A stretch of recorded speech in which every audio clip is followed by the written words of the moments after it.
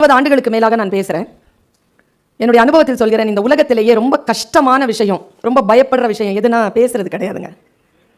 அது ரொம்ப சுலபம். ரொம்ப கஷ்டமான விஷயம் நீங்கள் சொன்ன மாதிரி கேட்குறது தான். சில பேர் பேசுனா எங்கே வலிக்குதுன்னே தெரியாமல் உடம்பெல்லாம் வலிக்கும். ஆனால் நம்ம கேட்டு தான் ஆகணும். காலையில் 10 மணிலேருந்து சாயந்தரம் 5 மணி வரைக்கும் கேட்டு தான் ஆகணும். பேசிக்கிட்டே இருப்பாங்க. அதான் ஒன்றும் இல்லை, இதெல்லாம் முற்பகல் செய்யின் பிற்பகல் விளையும் தான். எனக்கு முன்னால் ஒரு சகோதரர் பேசினார், ரொம்ப இன்ஃபர்மேட்டிவாக. அவர் பேசிகிட்டே இருக்கும்பொழுது நான் உங்களை தான் அப்சர்வ் பண்ணிகிட்டே இருந்தேன். எனக்கு ஸ்பீக்கர் மேலெலாம் அவ்வளோ ஒன்றும் இன்ட்ரெஸ்ட் கிடையாது. ஆனால் அவர் பேசுகிறத கேட்குற உங்களுடைய ரியாக்ஷன் மேலே எனக்கு நிறைய இன்ட்ரெஸ்ட் உண்டு. ஏன்னா அது என் தொழில் சார்ந்த விஷயம். உங்களை நான் ரொம்ப அப்சர்வ் பண்ணிகிட்டே இருந்தேன். எனக்கு முதுகில் தான், பின்தலையில் தான் கண்கள் இருந்தன. முழுக்க நான் உங்களை தான் கவனிச்சிட்டு இருந்தேன். ஆம்பளை பொம்பளை பற்றி பேசும்போது மட்டும் ரியாக்ட் பண்ணீங்க, மற்ற விஷயங்களெல்லாம் கூர்ந்து கவனிச்சுக்கிட்டே இருந்தீங்க. இந்த உலகத்திலேயே என்னை பொறுத்த அளவில் எது ரொம்ப நுட்பமான விஷயம்னா, இயந்திரங்களை மேய்ப்பதல்ல, மனிதர்களை மேய்ப்பது தான் இந்த உலகத்திலேயே மிக நுட்பமான விஷயம். ஒரு மெஷினை கொடுத்துட்டு இதோட நீ ஒரு நாளைக்கு முழுக்க இருன்னு சொன்னால் கூட ஒரு நாள் முழுக்க இருந்துடலாம். ஒரு மனுஷனோட ஒரு நாள் முழுக்க இருக்க சொன்னால் இருக்க முடியாதுங்க. அதனால தான் 5 மணி நேரம் ஆஃபீஸ், 5 மணி நேரம் வீடு, 5 மணி நேரம் தூக்கம்னு சொல்லிட்டு நம்ம பிரித்து வச்சுருக்கோம். மனிதர்களை ஹேண்டில் பண்ணுறதுங்கிறது ரொம்ப கஷ்டம். நீங்கள் எல்லோரும் மனிதவள அந்த மேம்பாட்டு துறையில் இருக்கிறீர்கள். நான் ஒரு 20-25 நிமிடங்கள் உங்களோடு பேச போகிறேன். உங்களுடைய துறை சார்ந்த எந்த விஷயத்தையும் நான் ரொம்ப ஆழமாக பேச போகிறது இல்லை. ஆனால் மனிதர்களோடு நீங்கள் அளவுலாவுகின்ற பொழுது, மனிதர்களோடு நீங்கள் உங்களுடைய வாழ்க்கையை செலவழிக்கின்ற பொழுது உங்களுக்கு என்று சில விஷயங்கள் தேவைப்படுகின்றன. இதுவரைக்கும் பேசப்பட்டது எல்லாம் நீங்கள் யாரை நிர்வகிக்கப் போகிறீர்களோ அவர்களை குறித்த விஷயங்கள் தான் பேசப்பட்டு கொண்டிருந்தன. இப்போ உங்களுக்கான சில விஷயங்களை நான் பேச வந்திருக்கிறேன். ஒரு டாக்டர் பேஷண்ட்டை பார்த்துக்கிட்டே இருந்தால் எவ்வளவு தெரியுமா டார்ச்சராக இருக்கும். மற்றவர்களுடைய விஷயங்களை பார்த்து கொண்டே இருப்பது, மற்றவர்களுடைய விஷயங்களை கேட்டுக்கொண்டே இருப்பதற்கு சில தன்னை புதுப்பித்துக் கொள்ளுகின்ற ஒரு விஷயம் யாருக்கு வாய்க்கிறதோ அவர்கள் தான் சில துறைகளில் ஜெயிக்கிறார்கள். நம்மை நாமே தூர்வாரிக் கொள்ளுதல். இந்த ஸ்டூடெண்ட்ஸ் பற்றிலாம் சொன்னாங்க. அவர் நிறைய சொன்னார். எக்ஸ்ட்ரா கரிக்குலர் ஆக்டிவிட்டீஸ்லாம் நீங்கள் அவங்கள மோட்டிவேட் பண்ணுங்கள். எப்படி மோட்டிவேட் பண்ணுறது? கரிக்குலம் எவ்வளோ டைட்டாக இருக்குது. எங்கே இருக்குது நேரம்? நேரமே கிடையாது. இன்டர்வியூ மட்டும் கொண்டாந்து நிறுத்திட்டு கேம்பஸில் மட்டும் ஏன் செலக்ட் ஆகலைன்றதுக்கு மட்டும் தான் நம்ம பதில் சொல்லணுமே தவிர, அவங்களுக்கான நேரத்தை, அவங்களுக்கான ட்ரைனிங் ப்ரோக்ராம்ஸை நீங்கள் கொடுக்கின்ற பொழுது அதற்கான நேரத்தை எத்தனை இன்ஸ்டிடியூஷன்ஸ் கொடுத்துருது? கொடுக்கறதுக்கு வாய்ப்பே கிடையாது. ஏன்னா நானும் ஒரு காலேஜில் நான் ரிசோர்ஸ் பர்சனாக நான் ஹெச்ஆர் பர்சனாக இல்லை, நான் லெக்சரராக இருக்கிறேன், ப்ரொஃபஸராக இருக்கிறேன். எனக்கு அந்த பிரச்சனைகள் தெரியும். நேரம் ரொம்ப நெருக்கடியான சூழ்நிலையில் நம்மை நாம் நிர்வகித்துக் கொள்ளாமல் நம்முடைய இலக்கை நாம் அடைந்து விட முடியாது. நம்மை எப்படி நாம் தூர்வாரிக் கொள்வது? எப்பவுமே நான் ஒரு விஷயம் சொல்றேங்க, ஸ்கூல் டீச்சருக்கும் காலேஜில் இருக்கக்கூடிய உங்களை மாதிரியான ஆட்களுக்கும் இல்லை என்ன மாதிரியான ஆட்களுக்கும் இருக்கக்கூடிய ஒரே வித்தியாசம், ஸ்கூலில் டீச்சர்ஸ் அல்லது நம்மை போன்றவர்கள் பிள்ளைகளை செதுக்குகிறார்கள். ஆனால் கல்லூரிகளில் பிள்ளைகள் நம்மை பார்த்து தன்னை செதுக்கிக் கொள்கின்றன. நம்மை பார்க்கின்றன. அவை நம்மை பார்த்துதான் அவர்கள் தன்னை தானே செதுக்கிக் கொள்கிறார்கள். அவர்களிடத்தில் ஏதேனும் குறைபாடுகள் இருக்கின்றன என்றால் நம்முடைய அசைவுகளில் ஒரு சிறு மாற்றத்தை கொண்டு வருவதன் மூலமாக முன்னால் இருக்கின்ற குழந்தைகளிடத்தில் மிகப்பெரிய மாற்றங்களை கொண்டு வரலாம் என்பது நான் அனுபவ ரீதியாக கண்டிருக்கக்கூடிய உண்மை. ஒரு 7th ஸ்டாண்டர்ட் சைல்டு ஒரு கவுன்சிலிங்க்கு வந்திருந்தாங்க. நல்லா படிக்கிற பிள்ளை, இங்கிலீஷும் மேத்ஸும் படிக்க மாட்டேங்கிறான். ஏன் படிக்க மாட்டேன்? நான் படிக்க மாட்டேன்னு சொல்கிறான். ஏன்னு சொன்னால் 3 காரணம் சொல்கிறான். ஏன் படிக்கணும் அப்படின்னு கேட்குறா. ஃபஸ்ட்டு, படித்தாதாம்மா பாஸ் பண்ண முடியும், எனக்கு தேவையில்லை. ஏன்? உனக்கு டீச்சர் பிடிக்கலையா? ஆமாம். டீச்சரில் என்ன பிடிக்கல? நம்பர் 1 அவ சொன்னதுங்க, டீச்சர் அழகா இல்லை. அந்த குழந்தை சொல்லுதுங்க, டீச்சர் அழகா இல்லை. சரி, அழகா இல்லைனாலும் பரவாயில்ல, ஒழுங்காக ட்ரெஸ் பண்ண மாட்டேங்கிறாங்க. 3, அவங்க வாய்ஸ் எனக்கு பிடிக்கல. அந்த குழந்தை சொன்ன பதிலுங்க, ஒரு குழந்தை மென்டலி டிஸ்டர்ப் ஆகுது. ஒரு டீச்சரனுடைய அப்பியரன்ஸ், ஒரு டீச்சருடைய முகம், ஒரு டீச்சருடைய வாய்ஸ் அதுக்கு பிடிக்கல. ஸ்கூலில் தான் மாற்றணும்னு சொன்னால் அந்த இடத்துலையும் அந்த மாதிரி ஒன்று வந்துருச்சுன்னா என்ன பண்ண முடியும்? இன்றைக்கு குழந்தைகளுடைய ரெக்குவயர்மெண்ட்ஸ், அவர்களுடைய தேவை வித்தியாசமாக இருக்கிறது. நான் இப்படி சொல்றேங்க, நம்மை நாம் சில விஷயங்களில் தெளிவுபடுத்திக் கொள்ளாமல் நாம் மனிதர்களை ஹேண்டில் பண்ணவே முடியாது. நாம எப்படி ஹேண்டில் பண்றது பாருங்க. சில சிந்தனைகளை உயிர்ப்புடன் வைத்துக் கொள்வதன் மூலமாக முன்னால் இருக்கின்ற மனிதர்களை முழுமையாக நம்மால் அளவிட்டு விட முடியும். நாம் நினைக்கின்ற இலக்கிற்கு அந்த குழந்தைகளை நகர்த்தி விட முடியும். நாம முதல்ல சில விஷயங்களை தெளிவா இருக்கணும். நம்முடைய அந்த தெளிவு என்பது, நான் இப்போ இப்படி சொல்றேன் பாருங்க, நம்முடைய ப்ரொஃபஷன் அப்படிங்கிற ஒரு விஷயத்தில் மிக முக்கியமானது சிந்தனை. ஆல் த டைம் ஆன்ல இருக்கக்கூடிய டீச்சர், ஹெச்ஆர், அவர்களுக்கு வேட்டை அவ்வளவு எளிதாக கிடைக்கிறது. எந்த நேரத்திலும் ஆன்ல இருக்கிறது. பல நேரங்களில் நான் பார்க்கிறேன், முன்னால் இருக்கின்ற அந்த சூழ்நிலையால் பாதிக்கப்படுபவர்களாகவே நாம் இருக்கிறோம். உதாரணத்திற்கு நான் சொல்றேன், சிந்தித்துக் கொண்டே இருப்பது அப்படிங்கிறது, எப்பவுமே அலர்ட்டா இருக்கிறது அப்படிங்கிறது நமக்கான ப்ரொஃபஷனலிசத்துல மிக முக்கியமான ஒரு விஷயம். எப்பவுமே சிந்தனை வயப்பட்டு இருப்பது, அடுத்ததாக என்ன செய்வது என்கின்ற யோசனையில் இருப்பது, புதிய விஷயங்களை, இன்னோவேட்டிவான விஷயங்களை யோசிக்கிறது. இனிஷியேட்டிவ்ங்கிறது வேற, இன்னோவேட்டிவ்ங்கிறது வேற.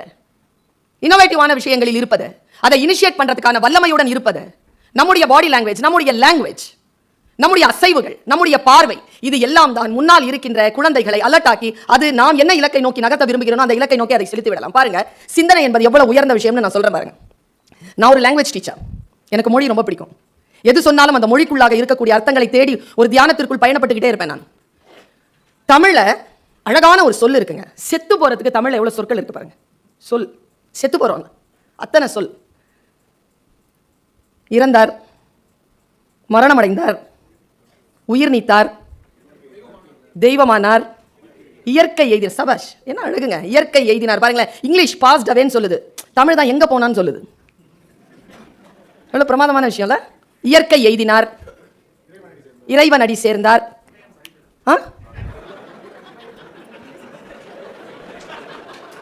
அதாவது இந்த மாதிரியான ஆட்களை நோட் பண்ணி வச்சுக்கணும். ஏன்னா ஒருத்தர் தன்னுடைய தாத்தாவுக்கு வந்து 97 வயசுல இது அடிச்சிருக்கான் போஸ்டர். என் தாத்தா 97வது வயதில் அகால மரணம் அடைந்தார். ஒருத்தன் கூப்பிட்டு கேட்டான், சின்ன வயசுல செத்து போறது தாண்டா அகால மரணம், 97 வயசுல சாவறது எப்படி அகால மரணம் கேட்டான். அவன் சொன்னா, போற வயசுல இல்லாம கடந்து போறதும் அகால மரணம் தான். அவர்லாம் அந்த கேட்டகரி. இயற்கை இமயம் சரிந்தது, ஓகே, அதை கூட வச்சுக்கலாம். நான் தமிழ் படித்தவள், எனக்கு ரொம்ப பிடித்தமான இன்னொரு சொல் காலம் ஆனார். காலம் ஆனார், டைமா மாறிட்டாருங்க. எவ்வளவு அற்புதம். நீங்க யோசிச்சு பாத்தீங்கன்னா அது தியானத்திற்குரிய ஒரு சொல். எல்லா சொல்லையும் தூக்கி சாப்பிட ஒரு சொல்றேன். அது வந்து அவர் சொன்ன மாதிரியான ஒரு குறியீட்டில் வரும். எல்லோருக்கும் சொல்லிவிட முடியாது அந்த சொல்லை, ஒரு குறிப்பிட்டவர்களுக்கு தான் சொல்ல முடியும். லெனின் இறந்தான். அவன் தோழன் அன்று மாலையில் பத்திரிகையில் தன் நண்பன் இறந்ததை பதிவு செய்தான். எப்படி பதிவு செய்தான் தெரியுமா? காலை இத்தனை மணி அளவில் என் தோழன் லெனின் சிந்திப்பதை நிறுத்திக் கொண்டான் என்று எழுதினான். சிந்திப்பதை நிறுத்திக் கொள்ளுதல் தான் மரணம். மார்க் வாங்குறது இல்லைங்க வாழ்க்கை. அவர் சொன்னார்ல, ரொம்ப அழகா சொன்னார், 60% வாங்கினாலே போதும். அது கூட ஜாஸ்தி தான் சார். இந்த ஃபர்ஸ்ட் கிளாஸ்ங்கிற ஒரு விஷயம் வந்து தொக்கி நிற்குது. நான்லாம் 58% தான். என் கிளாஸ்ல ஃபர்ஸ்ட் மார்க் வாங்கினவ, ஃபர்ஸ்ட் ரேங்க் வாங்கின சத்யபாமா எங்கன்னு தெரியல. இந்த 42 வயசு எனக்கு, 29 நாடுகளுக்கு போயிட்டு வந்துட்டு இருக்கேன். உலகமெல்லாம் போற ஒரு பல்கலைக்கழகத்துக்கு கீழே ஒரு பேராசிரியராக இருக்கிறேன். PhD முடிச்சிருக்கிறேன். என்னுடைய சம்பளம் மோடி கவர்மெண்ட்டுக்கு பயமுறுத்துற சம்பளம். என்னுடைய ஒரு பேச்சுக்கான சம்பளமே.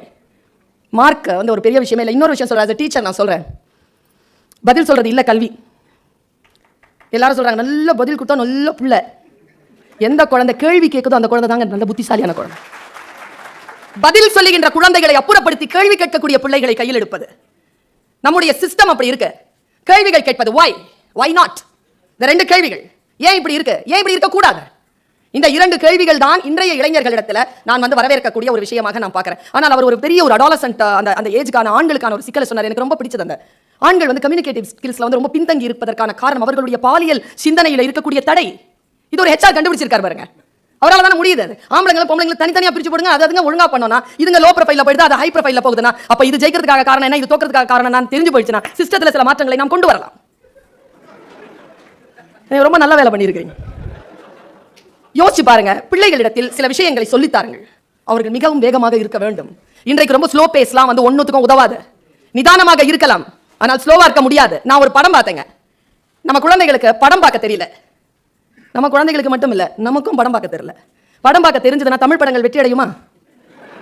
நம்ம நாட்டில் உலக சினிமாவை நாம் பார்க்க கற்றுக் கொடுக்கவில்லை. ஒரு குழந்தை 5 வயசுல வாழைப்பழம் சாப்பிட தெரியாம செத்து போயிருக்குங்க. குழந்தை வாழைப்பழம் சாப்பிட தெரியாமல் செத்து போயிருக்கிறது. அப்படித்தான் படம் பார்க்க தெரியல. நமக்கு நல்ல விஷயங்கள் எது என்று தேடி கண்டுபிடிக்க தெரியல. ஒரு விஷயத்தை பார்க்கின்ற பொழுது இல்ல இது போய் என்று சொல்ல தெரியல. நமக்கு சத்தியத்தை நமக்கு பேச தெரியல. அதற்கான வல்லமையை நாம் தரல. ஒரு விதமான அச்சுறுத்தலில் இருக்கிறோம். என்கிட்ட கேட்கறாங்க, நீங்க எப்படி தைரியமா சில விஷயங்கள் அடிச்சு பேசுறீங்க? பெறுவதற்கு இழப்பதற்கு முன்னிடத்தில் எனக்கு எதுவும் இல்லை என்கின்ற ஞானம் என்னை வந்து சேர்க்கின்ற பொழுது என்னுடைய சொல்லில் சத்தியம் தான் வரும். ஒரு கூடை கும்பிட்டு வராது. ஒரு பையன் கிட்ட கேட்டாங்க, உனக்கு கிடைக்காம இந்த ஜாப் இன்னொருத்தனுக்கு கிடைச்சா என்ன பண்ணுவேன்? யோசிப்பேன் சார், இதுதான் என்னுடைய இலக்கு. கொஞ்சம் பதட்டமாவேன், கொஞ்சம் அப்செட் ஆவேன். இன்னொரு பையன் சொன்னான், இந்த கம்பெனி கொடுத்து வச்சது அவ்வளோதான் நினைப்பேன் சார் அப்படின்ட்டு. இன்னொருத்தன் ஆட்டிடியூட் சொன்னார்ல, ஆட்டிடியூட்னு ஒரு அட்வர்டைஸ்மெண்ட் வருது. முடிஞ்சா பாருங்க அதை. என்னமா சிந்திக்கிறாங்க இங்க? யாராவது 35 அபோலாம் இருக்கிறீங்களா? உங்களை விட உங்க ஸ்டூடெண்ட்ஸ் ரொம்ப நல்லா சிந்திக்கிறவங்க தெரியுமா உங்களுக்கு? நம்மளை விட நம்ம ஸ்டூடெண்ட்ஸ் ரொம்ப நல்லா சிந்திக்கிறவங்க. உதாரணத்துக்கு இப்போ நம்ம எல்லாரும் சேர்ந்து 10th ஸ்டாண்டர்ட் எழுதினா ஃபெயில் ஆயிடுவோம். 12th எழுதினா முடிஞ்சு போச்சு கதை. அந்தந்த சப்ஜெக்ட்ல மட்டும் தான் பாஸ் பண்ண முடியும். அவன் ரொம்ப நல்லா சிந்திக்கிறாங்க. ஆட்டிடியூட்னு ஒரு ஒரு ஒரு ப்ராடக்ட் காலில் வந்து பூசுகிற ஒரு ஒரு க்ரீம், ஒரு வெளிநாட்டு ப்ராடக்ட். அது ஒரு பொண்ணு வந்து பிராமில் நடந்து போய்கிட்டே இருக்கிறா. ஏன்னா 10 செகண்ட்ல அப்படி தூக்கி போட்டா பாருங்க ஆட்டிடியூடுக்கான விளக்கம். அப்படி நடந்து போய்கிட்டே இருக்கிறா, அப்படி கண்ணாடி பொம்மை மாதிரி இருக்கிறா, எல்லாரும் போட்டோ பிடிச்சிட்டு இருக்காங்க. அவ தான் ஃபர்ஸ்ட் வருவான்னு கான்ஃபிடென்ட்டா நடந்து வரும்போது நடு பிராம்ல அவளுடைய ஒரு கால் ஹீல் உடையுது, அப்படியே மடிஞ்சு கீழே விழுந்துட்டா. எல்லாரும் ஓ அப்படின்னு சைலண்ட் ஆகுறாங்க. அந்த பொண்ணுடைய கண்ணில் லேசா ஒரு கண்ணீர். அவன் என்ன தெரியுமா பண்ணா? ஒண்ணுமே செய்யலைங்க. அந்த 10 செகண்ட்ஸ்ல அவன் அந்த யூத் அவனுடைய சிந்தனை தான் அது. எவ்வளவு ஃபாஸ்டா அவன் வந்திருக்கான் பாருங்க. அவன் கிட்ட கொண்டு போறான் கேமரா, கண்ணில் அந்த அந்த ட்விங்க்லிங் ஐஸ் வித் டியர்ஸ். அவன் என்ன செய்யறா? உடனே தனக்கு தானே கைத்தட்டல் கொடுக்குறான். First attitude. தமிழில் அதுக்கு அர்த்தமே இல்லைங்க. நான் தமிழில் PhD வெங்காய பச்சடி தயிர் பச்சடிலாம் படிச்சிருக்கேன். அந்த சொல்லுக்கு பொருள் வரல. கரெக்டான ஈக்குவல் அப்படின்னு போட்டால் அந்த பொருள் வரல. ஆட்டிடியூட்க்கு என்ன அப்படிங்கிற சொல் வரல எனக்கு. அப்படியே பார்த்து கை தட்டிக்கிறாங்க. எழுந்து நிற்கிறா. இன்னொரு செருப்பையும் தூக்கி போடுறா. தூக்கி போட்டு பேர் ஃபுட்டில் நடந்து மறுபடியும் அதே கம்பீரத்தில் திரும்பி போகிறான். அவள் தான் ஃபஸ்ட் ப்ரைஸ் வாங்குறான். ஆட்டிடியூட்னு போடுறான் அட்வர்டைஸ்மெண்ட்டில். என்ன சொல்ல வரான்? அதற்கு பின்னால் இருக்கின்ற அந்த கதை என்ன? அதை நமக்கு சொல்லக்கூடிய அறிவுரை என்ன? யாராவது வந்து தூக்கி விடுவார்கள் என்பதோ, அடுத்தவர்களுடைய அந்த அவமானத்திற்கு பயந்தோ உட்கார்ந்து கொள்ளாமல் தனக்கு தானே கைத்தட்டிக்கிட்டா பாருங்க, அதுக்கு பேர் தான் ஆட்டிடியூட். எழுந்து நின்று மறுபடியும் தூக்கி அடிச்சுட்டு மற்ற விஷயங்களை தூக்கி அடிச்சுட்டு பேர் ஃபுட்ல நடந்து வெளியில வந்தா பாருங்க, அதுக்கு பேர் தான் ஆட்டிடியூட். இன்னொன்று ஆட்டிடியூட்க்கு சொல்லுவாங்க. நீங்க எல்லாரும் சொல்லுங்க, உங்க குழந்தைகள் கிட்ட சொல்லுங்க. 2 செஞ்சுரி அடிச்சா தெரியுமா சச்சின்? கிரிக்கெட்டின் கடவுள் என்று அந்த காலத்தில் போற்றப்பட்டவர். அன்னைக்கு அவர் 2 செஞ்சுரி பண்ண அன்னைக்கு அவங்க அப்பா இறந்து 2வது நாள் அஸ்தி கரையில ஃபியூனரலுக்கு மட்டும் போயிட்டு சவுத் ஆப்பிரிக்காவில் வந்து ஆடுறார். அந்த 200 அந்த அடிச்ச உடனே இந்த கேமரா யூடியூப்ல போட்டு பாருங்க, கேமரா கிட்ட போகும். அவர் அந்த தலையில இருக்கக்கூடிய அந்த ஹெல்மெட்டை கட்டிட்டு வானத்தை பார்ப்பார். அவர் கண்ணில் வந்து கண்ணீர் இருக்கும். அந்த வினாடியில் தான் அவர் தன் தந்தைக்கு அஞ்சலி செலுத்தியதாக நான் நினைக்கிறேன். அதுக்கு பேர் தான் ஆட்டிடியூட். வீட்டில் அப்பாவுடைய அஸ்தி இருந்தாலும் கூட அதை கரைப்பதற்காக உட்கார்ந்து கொள்ளாமல் தன் இலக்கை நோக்கி ஓடுறான் பாருங்க, அதுக்கு பேர் ஆட்டிடியூட். நாம் இதை அந்த குழந்தைகளிடத்தில் சொல்லித் தருவது, அச்சப்படாமல் இருப்பதற்கு சொல்லித் தருவது, புத்தி வேறு பயம் வேறு என்று சொல்லித் தருவது. ஒரு படம் பார்த்தேங்க, ஆலிஸ் இன் வண்டர்லேண்ட். பிள்ளைகளுக்கு போட்டு காட்டுங்க. இப்ப கவனமாக அந்த காட்சிகளை பார்க்க கற்றுக் கொடுங்கள். காட்சி என்பது வெறும் டயலாக்ஸோ இல்ல ஆபாசமான நடனங்களோ அல்ல. அவன் ஃப்ரேம் எப்படி வைக்கிறானோ அதனுடைய அப்சர்வேஷன் ஒருத்தனுக்கு வந்துருச்சுனாலே போதும். அவன் அடுத்த கட்டத்துக்கு தன்னை எப்படி நகர்த்துவதுங்கிற வேற ஒரு பாடம் உள்ள கற்றுக்கொள்ளலாம். அவன் ஆலிஸ் ஒரு சின்ன பொண்ணு. அந்த படம் வந்து ஒரு அமெரிக்க பிரிட்டிஷ் பாலிடிக்ஸ்க்கான படம். அது பார்த்துருக்கீங்களா அந்த படம்? ஆலிஸ் இன் வண்டர்லேண்ட். சிவப்பு ராணி வந்து வில்லி, ஒயிட் ராணி வந்து ஹீரோயின். ஏன்னா அமெரிக்கா ஒயிட், பிரிட்டிஷ் சிவப்பு, ரெண்டுத்தையும் அவன் குறியீடா வச்சிருப்பான். அந்த படத்துல அந்த சின்ன பொண்ணு அந்த ஒயிட் ராணியோட பேசிட்டு போது ஆலிஸ் ரன் அப்படின்னு ஒரு வார்த்தை கேட்கும். நான் வந்து ஐ வாஸ் ஸ்டாண்டிங், நான் உட்காந்துருக்கிறத எழுந்திரிச்சிட்டேன். அந்த காட்சியில் டிவியில் பார்த்துருக்கேன், எழுந்திரிச்சு நின்றுட்டேன்.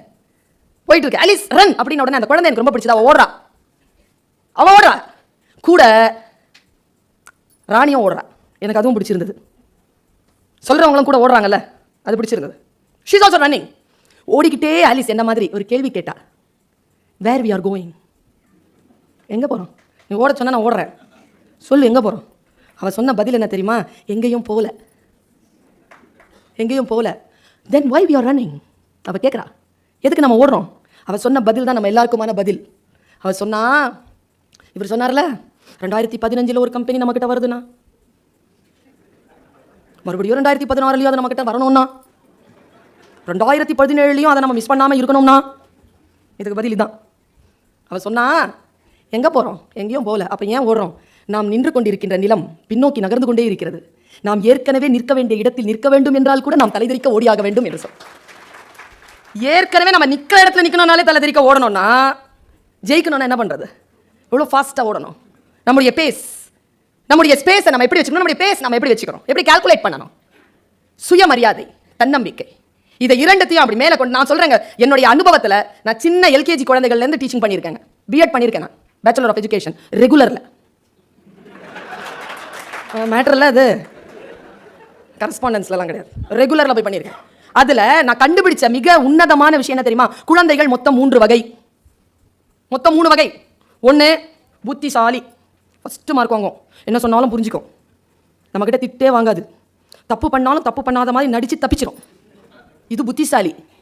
அடுத்தது திறமைசாலி, என்ன மாதிரி நல்லா பாடும், பேசும், நிறைய ப்ரைஸஸ் கொண்டு வரும், எது சொன்னாலும் அதுக்கு வேறு மாதிரியான டெஃபினேஷன் கொடுக்கும், திறமைசாலி. இது 2மே இல்லாத ஒரு கிளாஸில் 30 பேர் இருக்கிறாங்கன்னா 5 பேர் புத்திசாலி, 2 பேர் திறமைசாலி. இப்போ மீதி 23 இருக்குது, அது ஒரு கேட்டகரி இருக்குது. அதை தான் நம்ம அடையாளம் கண்டுபிடிக்கணும். இப்போ நீங்கள் ஹெச்ஆர்லாம் இருக்கிறீங்களா, இந்த புத்திசாலிகளையும் திறமைசாலியும் கண்டுபிடிக்கிறது நம்ம வேலை இல்லை, அது ஏற்கனவே இருக்குது. இந்த மீதி இருக்கிற அந்த 23 இருக்குதுல்ல, அது யாருன்னா இந்த புத்திசாலிகளையும் இந்த திறமைசாலிகளையும் நிர்வகிக்க போகின்ற நிர்வாகிகள். அவங்க தான் சைலண்டா இருப்பாங்க, தான் என்ன ஆக போறோம்ன்றது தெரியாம இருப்பாங்க. ஆனா அவர்கள் தான் நம்மை நிர்வகிக்க போகின்ற, நமக்கு சம்பளம் தருகின்ற நிர்வாகிகளாக போகிறவர். ஏன்னா திறமைசாலியும் புத்திசாலியும் நிறைய சம்பாதிக்கும், நிர்வாகிகள் தான் நிறைய சம்பளத்தை கொடுக்கும். நிறைய சம்பளத்தை கொடுக்கக்கூடியவர்களாக அந்த குழந்தைகளை மாற்றுவது, அந்த குழந்தைகளை அடையாளம் காண்பது, அது எவ்வளவு பெரிய பேரு தெரியுமா? சுயமரியாதையுடன் எழுந்து நின்ற. நான் ஒன்று சொல்றேங்க, ஆங்கிலம் பேச வராதுங்க நிறைய குழந்தைகளுக்கு, தெரியாது அவங்களுக்கு. ஏன் தெரியாது? நம்ம சிஸ்டம் அப்படி, நம்முடைய சிஸ்டம் அப்படின்னா அவங்களுக்கு வராது. நான் என்ன சொல்றேன், வராது அப்படிங்கிற சொல்ல மாத்துங்க. தெரியாது அப்படின்னா பரவாயில்ல, வராதுன்னு சொல்லக்கூடாது. இப்ப எனக்கு லாரி ஓட்ட தெரியாது, ஆனா வராது இல்லை, கத்துக்கினா வந்துடும். நான் கற்றுக்கொள்வதற்காக இப்படி எழுந்திருச்சு நிக்கணும். கற்றுக்கொள்வதற்கான வாய்ப்பை குழந்தைகளுக்கு அந்த கான்ஃபிடன்ஸ் லெவலை அப்படி மேலே ஏத்தி அந்த குழந்தைகளை கான்ஃபிடென்ட்டா ஆக்கிடுங்களேன். இந்த மாதிரி ஆட்கள் கூட அள்ளி போட்டு போயிடுவாங்க. கான்ஃபிடன்ஸ் தான் முக்கியம். நான் எப்படி இருக்கிறேன் பாருங்க. இந்த கான்ஃபிடன்ஸ்க்கு லேர்னிங் அப்படிங்கிற ரொம்ப முக்கியம். ஆட்டிடியூடுங்கிற நம்ம சொல் பார்த்தோம். அடுத்த சொல் எனக்கு ரொம்ப பிடித்தமான சொல் டிசிப்ளின். டிசிப்ளின். உடனே டீச்சர் ஆன உடனே நீ டிசிப்ளின் சொல்றியா அப்படின்னு கேட்காதீங்க. டிசிப்ளின்ங்கிறதுக்கான தமிழ் சொல் அப்படின்னா இன்னும் 4 நிமிஷத்துல உன் பேச்ச முடிச்சா நீ ஒழுக்கமானவ அப்படின்னு அர்த்தம். ஒழுக்கம்ங்கிறது என்ன? ஒன்றும் இல்லைங்க, அழகிய தமிழ். நான் எப்பவுமே சொல்ல, தமிழ் ரொம்ப அழகான மொழிங்க. இந்த ஆங்கிலத்தில் பேசினா தான் வேலை கொடுக்குறீங்கன்னு சொல்றீங்க. நான் சொல்றேன், தமிழை ஒழுங்கா பேசுற பிள்ளைகள் ஆங்கிலம் பேசுற பிள்ளைகளை விட ரிசோர்ஸ்ஃபுல்லாக இருப்பாங்க. ரிசோர்ஸ்ஃபுல்லாக இருப்பாங்க. ஏன்னா அவங்களுக்கு கிரவுண்ட் ரியாலிட்டி ரொம்ப அதிகமாக தெரியும். அவங்களுக்கு ஆங்கிலம் சொல்லி தருவது ரொம்ப பெரிய விஷயமே இல்லை.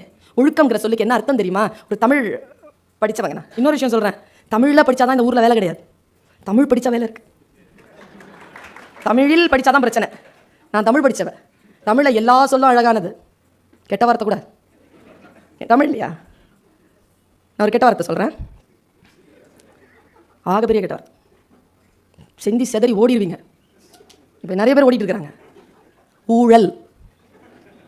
எவ்வளோ பெரிய கெட்ட வார்த்தை தெரியுமா? அது அர்த்தம் என்ன தெரியுமா? ஊழ் அப்படின்னா விதிகளுக்கு உட்பட்டது, ஊழல் என்றால் விதிகளுக்கு உட்படாதது, அவ்வளோதான். விதிகளுக்கு உட்படாதது ஊழல். ஒழுக்கம் அப்படிங்கிற சொல்லுக்கு என்ன அர்த்தம் தெரியுமா? இப்போ பாருங்களேன், மழை பெய்யுது, இல்லை இது ஒழுகுது அப்படின்னு சொல்கிறோம். ஒழுக்கம் என்ன? தொடர்ந்து வரணும், அதுக்கு பேர் தான் ஒழுக்கம். இடையில நின்றுடுச்சுன்னா அதுக்கு பேர் ஒழுக்கம் இல்லை. அது தீ ஒழுக்கமோ நல்ல ஒழுக்கமோ, தொடர்ந்து ஒழுகுனா அதுக்கு பேர் ஒழுக்கம். நம்ம எல்லாருமே அகாடமிஷியன்ஸ். நம்ம கிட்ட வந்து வாட் இஸ் யுவர் டிசிப்ளின் தான் கேட்பாங்க. What is your discipline? My discipline is literature. What is your discipline? HR is your discipline. எந்த ஒரு விஷயத்தில் நீங்கள் தொடர்ந்து ஒழுகுகிறீர்களோ அதுதான் உங்களுடைய ஒழுக்கமாகிறது. கற்றல் தான் உங்களுடைய ஒழுக்கம். டிசைபிள் என்றால் மாணவன், டிசிப்ளின் என்றால் கற்றல். லேர்னிங் இருக்கா ஒருத்தனுக்கு? எதுனாலும் கத்துக்கிறான் ஒருத்தன், அவன் வாழ்க்கையில் ஜெயிக்க பிறந்தவன். அவன் அப்படி அப்சர்வ் பண்ணிக்கோங்க. ஐயா சொன்னது மாதிரி ரொம்ப அழகா சொன்னாரு.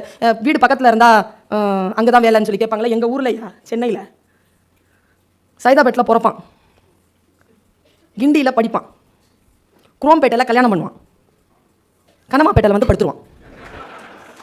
3.5 கிலோமீட்டரில் வாழ்க்கை முடிஞ்சது அவனுக்கு. பெயர்ந்து வரவே மாட்டான், எழுந்து வரவே மாட்டான்.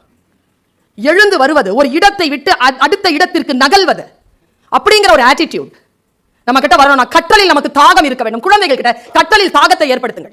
லேர்னிங். இந்த கிளாஸ்ல வாத்தியார் சொல்லி தராங்கல்ல, அதை படிக்கிறது அல்ல learning. Learning is something different. Socrates ஒருத்தர் இருந்தார், தெரியும் தானே? விஷம் கொடுத்து சாவடிச்சிட்டாங்களே. விஷம் குடிக்கிறதுக்கு முன்னால் நடந்துகிட்டே இருந்தார் அந்த மனுஷன். நான் சொல்றது வரலாறு. நடந்துகிட்டே இருக்கும்போது அவர்கிட்ட கேட்டிருக்காங்க, ஏன் நடந்துகிட்டே இருக்க? இல்ல விஷம் குடிச்ச உடனே நடக்கணும்ல, அதுக்கு ப்ராக்டிஸ் பண்றேன். என்னங்க இது? இப்படி முடியுமா? ஒருத்தனால ஒரு விஷயத்தை அப்படி எதிர்கொள்ள முடியுமா? அப்படி ஏற்றுக்கொள்ள முடியுமா? அப்படி நடந்துகிட்டே இருக்கும்போது பக்கத்துல இருந்து ஏதோ ஒரு பாட்டு சத்தம் கேட்டிருக்கு. இறை என்பது எழுதுகிறார் இதை. தினத்தந்தியில் அவர் எழுதின ஒரு ஆர்டிக்கல்ல நான் இந்த செய்தியை படிக்கிறேன். என் மனசுல ஒரு பல்பு எரியுது. ஓ, இதான் மேட்டரா? சரி, ஏதோ ஒன்றை நான் கற்றுக்கொள்கிறேன். பாருங்க, அந்த சாக்ரட்டிஸ் ஒரு பாட்டு சத்தம் கேட்குது. உடனே சத்தம் போட்டு கேட்கிறான், தோழனே யார் அது? நான் சாக்ரட்டிஸ். ஓ, எப்படி இருக்கிறாய் சாக்ரட்டிஸ்? நன்றாக இருக்கிறேன். நீ வாசித்தாய், அந்த பாட்டு எனக்கு தெரியும். ஆனால் எந்த ஆர்கன், ஏதோ ஒரு ஆர்கன்ல நீ வாசிக்கிற, அது என்னன்னு நான் தெரிஞ்சுக்கலாமா? Mouth organ. ஓ, மவுத் ஆர்கனா? எனக்கு அந்த பாட்டு தெரியும். மவுத் ஆர்கன் வீட்டில் இருக்கிறது, எனக்கு வாசிக்க தெரியாது. நண்பனே, நீ எனக்கு அதை கற்றுத் தருவாயா? அப்ப அங்கிருந்து சொன்னா, நான் வரேன், இன்னும் 2 நாட்டில் சாவ போறேன், தெரிஞ்சுக்கிட்டு என்ன பண்ண போற? சாக்ரட்டிஸ் சொன்ன பதில், இதை குழந்தைகளுக்கு நாம் கடத்திடணும். சாக்ரட்டிஸ் சொன்ன பதில் என்ன? அப்படி கேட்டு விட்டாய், நான் சாகும்போது மவுத் ஆர்கன் எனக்கு வாசிக்க தெரியும் என்கின்ற ஒரு எண்ணம் போதாதா? ஒரு எண்ணம் போதாதான்னு கேட்டான் பாருங்க. அதனால தான் இன்னைக்கு சாக்ரட்டிஸ் ஒரு புக் இருக்குதா? ஒரு தத்துவம் சொல்லுங்க, சாக்ரட்டிஸ் ஒரு தத்துவம். இதாங்க சாக்ரட்டிஸ். சிறிய சிறிய கேள்விகளை எழுப்பியவன் சாக்ரட்டிஸ். ஏன் இந்த எண்ணம் போதாதா? நாங்கள அந்த எண்ணம் போதாதா என்கின்ற அந்த கேள்விதான் உயர்ந்த நிலையில் இருந்த அதிகார கதவுகளை அசைக்க வைத்தது. யோசித்து பார்த்தால் ஒன்று மட்டும் தான் உண்மை தோழர்களே. கற்றுக்கொண்டே இருத்தல், வாழ்க்கையை நேர்மையாக சந்தித்தல், உழைப்பதற்கு தயங்காமல் இருத்தல், நேர்மையாக இருத்தல், புத்தி கூர்மையுடன் இருத்தல், விழிப்புணர்வு உணர்வுடன் இருத்தல். இதுதான் இந்த நேரத்தில் நம்முடைய குழந்தைகளுடைய ஆளுமை என்பது. நான் உலக நாடுகளை சுற்றி வருகிறேன். எல்லா நாடுகளையும் பார்க்க நம்முடைய குழந்தைகளிடத்தில் ரிசோர்ஸ் இருக்குங்க. அவங்க ரிசோர்ஸ்ஃபுல்லா இருக்கிறாங்க. ஆனால் அதை வெளிப்படுத்துவதற்கான தன்னம்பிக்கையோ மொழியோ அவர்களிடத்தில் இல்லை என்பதுதான் குறைபாடு. அது ஏன் இல்லைங்கிறத நான் சொல்லிட்டு போறேன். வேகமான காட்சிகளை பார்த்து பழகுகின்றவர்களால் நிதானமாக வாசிக்கவோ பேசவோ முடியாது. ரொம்ப வேகமான காட்சிகளை பார்த்து பழகிவிட்டார்கள். நிறைய சேனல்ஸ் இருக்கு, நிறைய விஷயங்கள் பார்க்கறாங்க, காட்சிப்படுத்திக் கொண்டே போகிறார்கள். கற்பனைக்கு இடமில்லை. நீங்க எந்த அறிவியல் நிறுவனமாகவாவது இருந்து கொள்ளுங்கள், கற்பனை திறன் அற்றவர்களை நீங்கள் உங்களுடைய கம்பெனியில் எடுத்துட்டீங்கன்னா முடிஞ்சு போச்சு கதை. கற்பனை என்பது அறிவை விட, புத்திசாலித்தை விட மேலானது. ஐன்ஸ்டீன் சொல்லுகிறார், knowledge imagination is more then knowledge என்று சொல்லுகிறார் ஐன்ஸ்டீன். நான் ஒரு செய்தியோடு நிறைவு செய்கிறேன். நம் குழந்தைகளிடத்திலும் சரி, நம்மிடத்திலும் சரி, சில வைராக்கியங்கள் இருக்கணும். எல்லாரும் ஓடிக்கொண்டு இருக்கக்கூடிய அந்த சூழலில் இருந்து கொஞ்சம் விலகி நின்று நாம் இந்த மனித வளத்தை செலுத்த வேண்டும் என்று நான் விருப்பப்படுகிறேன். ஏதோ ஒரு தப்பிதம் நடந்திருக்குங்க. 70s பிறந்தவங்களுக்கு பிறந்த குழந்தைகள், 80s பிறந்தவர்களுக்கு பிறந்த குழந்தைகளுடைய ஆட்டிடியூட்லாம் பாருங்களேன். Parental attitude and children attitude டோட்டலா வித்தியாசமா இருக்கு. ஒரு 15 வருஷத்திற்கு முன்னால் இருந்த ஆட்டிடியூட் இன்றைக்கு ஸ்டூடெண்ட்ஸ் கிட்ட இல்ல. இந்த பெரியவர்கள் எல்லாம் கேட்டு பாருங்க. இந்த பெரியவர்கள் எல்லாம் சொல்லுவார்கள், எங்க காலத்துல இருந்த ரிசோர்ஸ்ஃபுல்னஸ் இன்னைக்கு இல்ல. அப்படி கிடையாது. ஆட்டிடியூட் மாறி இருக்கு. அவர்களிடத்தில் நிறைய ரிசோர்ஸ்ஃபுல்னஸ் இருக்கு. ஆனால் அதை புரிந்து கொள்ளக்கூடிய மொழி நம்மிடத்தில் இல்லை. நான் ரொம்ப வருத்தப்பட்டு இதை சொல்றேன். ஒரு குழந்தையினுடைய, ஒரு இளைஞனுடைய மொழியை புரிந்து கொள்வதற்கான ஆற்றல் நம்மில் பல பேருக்கு இல்லை. அதனால் தான் பிள்ளைகளை நாம் தவற விடுகிறோம். மிக ஆழமான புத்திசாலியோடு அவன் இருக்கிறான், ஆனால் அதை அவன் வெளிப்படுத்துகின்ற முறையில் நாம் புரிந்து கொள்வதில்லை. நான் ஒரு செய்தியோடு நிறைவு செய்கிறேன். எனக்கு ரொம்ப பாதிச்ச ஒரு செய்தி. டிஸ்லெக்ஸியன் ஒருத்தங்க தெரியுமா உங்களுக்கு? அந்த கேட்டகரி உங்களுக்கு தெரியும், ஸ்லோ லேர்னர்ஸ். எங்கள் காலேஜ் இருக்கு இல்லைங்க, எஸ்ஐடி காலேஜில் நான் வேலை செய்கிறேங்க. 17 வருஷம் எனக்கு எக்ஸ்பீரியன்ஸ். எங்கள் காலேஜில் வலது பக்கத்தில், எங்கள் காலேஜ்குள்ளேயே தமிழ்நாட்டிலேயே 9 இடங்கள்ல இருக்குங்க டிஸ்லெக்ஸியன் சென்டர். அதில் நேஷனல் லெவலில் புகழ்பெற்ற சென்டர் சென்னையில் இருக்கக்கூடிய எஸ்ஐடியில் இருக்குது. 500 பிள்ளைங்க படிக்கிறாங்க. நானே பல பிள்ளைகளை அங்கே வந்து ரெக்கமெண்ட் பண்ணி சேர்த்துருக்கிறேன். அந்த ஸ்கூல் பிரின்சிபல் வந்து அன்றைக்கி என்னை கூப்பிட்டு, பர்வீன் நீங்கள் வரணும், இன்றைக்கி ஒரு சின்ன காம்படிஷன் இருக்குது, நீங்கள் எனக்கு ஜட்ஜாக இருக்கணும்னு சொன்னாங்க. எனக்கு அன்றைக்கி தெரியாதுங்க, சின்ன பிள்ளையா, தெளிவான மனசோட, பால் மனசோட சரின்னு சொன்னேங்க. நான் என் டிபார்ட்மெண்ட்டுக்கு வலதுபுரத்தில் இருக்கு. அன்றைக்கி எனக்கு கிரகத்தில் வலதுபுரத்தில் சனி, அங்கே தான் இருக்குது அந்த கட்டடம். போனேங்க. என்ன காம்படிஷன் தெரியுமா? காம்படிஷன் வந்து கலரிங் காம்படிஷன். குழந்தைகள் காது கேட்காத, வாய் பேசாத குழந்தைகளும் அதில் இருக்காங்க. அவங்கள தேர்ந்தெடுத்து அவங்களுக்கு கலர் பென்சில் கொடுத்து கலர்ஸ் வரையணும். என்ன நினைக்கிறாங்களோ அது கலர்ஸாக வரையணும். சரியாக வரைஞ்சிருந்தா அவங்களுக்கு ப்ரைஸ். 24 குழந்தைகள் பார்ட்டிசிபேட் பண்ணாங்க. நமக்கு தான் பொம்பு இருக்குல்ல, படிச்சிருக்கிறோம், பேராசிரியர், புத்திசாலி, உலகமெல்லாம் சுற்றுகின்ற பேராசிரியர், பேச்சாளர், எத்தனை கொம்புகள் இருக்குது தலையில். சாதாரண கொம்புகளா அது? நான் இந்த பீடம்னு ஒன்று இருக்கு பாருங்க. நீங்கள் உட்காந்துருக்கிற சேருக்கு பேர் பீடம். எல்லாரும் உட்காந்துட முடியாது. அதில் இந்த சேரில் எல்லாரும் உட்காந்துட முடியாது. ஒரு ஹெச்ஆர் தான் உட்கார முடியும். அந்த பீடம் இருக்குல்ல, அது நம்மளை பிடிச்சிக்கிச்சிங்கன்னா அதுக்கு பேர் பீடை.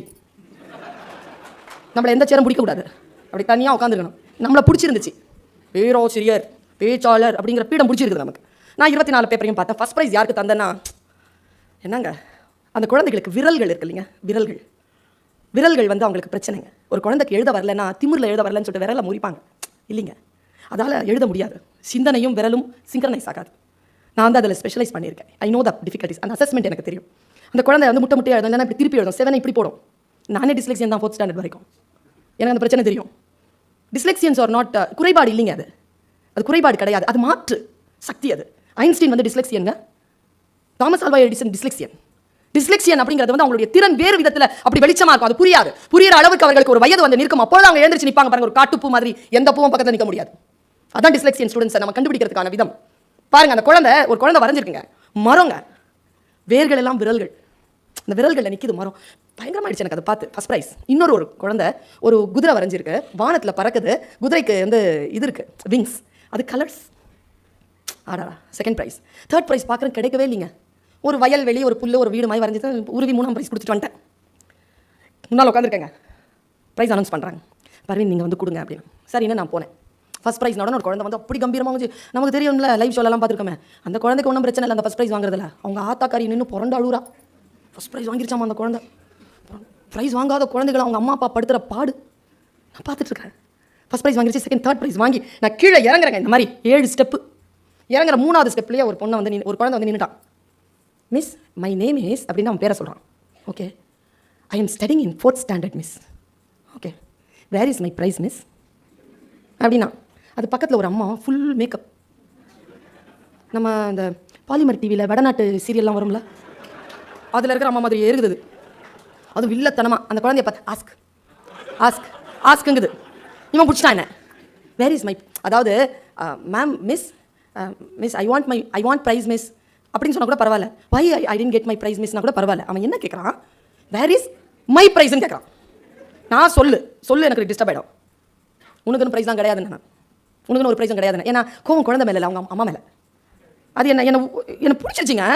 அரெஸ்ட் பண்ண மாதிரி வந்து கேட்குறான். அவன் இறங்கவே முடியல என்னால். அப்படி நிற்கான். பதில் சொன்னால் போ, இல்லைன்னா போக முடியாதுன்ட்டு. அந்த அம்மா சொல்லுது பதில் சொல்லிட்டு போ அப்படின்னு. அந்த அம்மா நிற்குது. நான் சொன்னேன், it's not your prize dear, you didn't get any prize. அடுத்ததாக ஒரு கேள்வி கேட்டான் பாருங்க, வை மிஸ். என்ன பதில் சொல்வீங்க? Because somebody draw a great picture than you. No miss, my picture is very great. Where is my prize?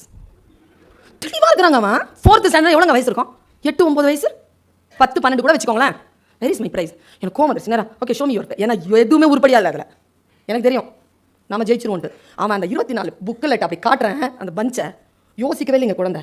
இப்படி விரல் போட்டு சர்ன்னு இழுத்தான் பாருங்க. அவன் பேப்பர்.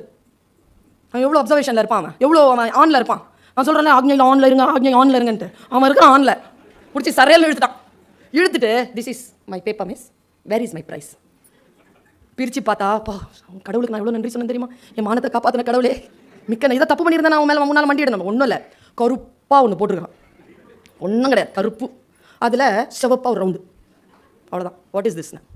அது பார்த்த உடனே நான் வந்து ஏதோ ஒரு கட்சி கொடி மாதிரியே இருந்துச்சு அது. அதனால நான் அதை தூக்கி போட்டேன் அந்த பக்கமாக. வாட் இஸ் திஸ்ன்னு கேட்குறேன். This is sky miss. ஸ்கையா கருப்பாக இருக்குதா, அப்படியே அந்த பக்கம் ரெட்டாக இருக்குது. கருப்பாக இருந்துட்டு அப்படியே அது ரெட்டாக இருக்குது. நடுவில் வந்து அந்த இந்த பக்கம் வந்து நிலா வந்து ரெட்டாக இருக்குது இந்த பக்கம். Okay, what is the competition today? அவன் இங்கிலீஷில் தான் பேசுகிறான், ஏன்னா காது கேட்காத குழந்தை, ஏதாவது ஒரு மொழியில் தான் பேசுகிறேன். What is the competition of today? Colouring competition miss. What is this? Sky miss. What is that? Moon miss. உங்கள் ஊரில் வந்து வானம் வந்து கருப்பும் சிவப்புமா இருக்குமா? உங்கள் ஊரில் நிலா சிவப்பாக இருக்குமா? What is the colour of the sky? Blue miss. What is the colour of the moon? Half white miss. நாம் ஒயிட்டும்போம், அவன் ஹாஃப் ஒயிட்டுங்கிறாங்க. Half white. Then why this colour அப்படின்னு அவன் சொன்னான் பாருங்க ஒரு பதில். Today my sky is angry miss. இன்றைக்கு என் வானம் கோபமாக இருப்பதனால் அது சிவப்பாகி கருப்பானது. அதில் இருக்கக்கூடிய நிலா சிவப்பாகி போனது. கலர் காம்படிஷனில் ஜெயிச்சவன் அவங்க புரியாமல் நான் கையெழுத்து போட்டு அவனுக்கு ப்ரைஸ் இல்லாமல் பண்ணது. நான் மண்டிட்டு அந்த குழந்தையை நான் நினைத்து கொண்டேன். அன்னைக்கு போச்சு எனக்கு கர்வம். நீங்களாம் ஹெச்ஆராக இருக்கீங்கன்றதுனால கர்வம் பாராட்டாதீங்க. நமக்கு முன்னால் இருக்கின்ற குழந்தைகள், நான் ஒன்று சொல்கிறேங்க, பெற்றோர் அப்படின்னு பேர் வச்சிருக்காங்க பாருங்களேன். பேரண்ட்ஸ்க்கு இங்கிலீஷ் என்னங்க, இங்கிலீஷ் பிடிக்கும் தான் எனக்கு, இங்கிலீஷ் ஒன்றும் தப்பில்லை. பேரண்ட்ஸ் அதுக்கு என்ன வேர் சொல்ல எனக்கு தெரியல. பெற்றோர்னு பேர் வச்சான் பாருங்க. குழந்தைகளை தந்தோர் தானேங்க? இல்லைங்க, இயற்கையால் குழந்தை வர நாம் பெற்றவர்கள், அதனால் நாம் பெற்றோர்.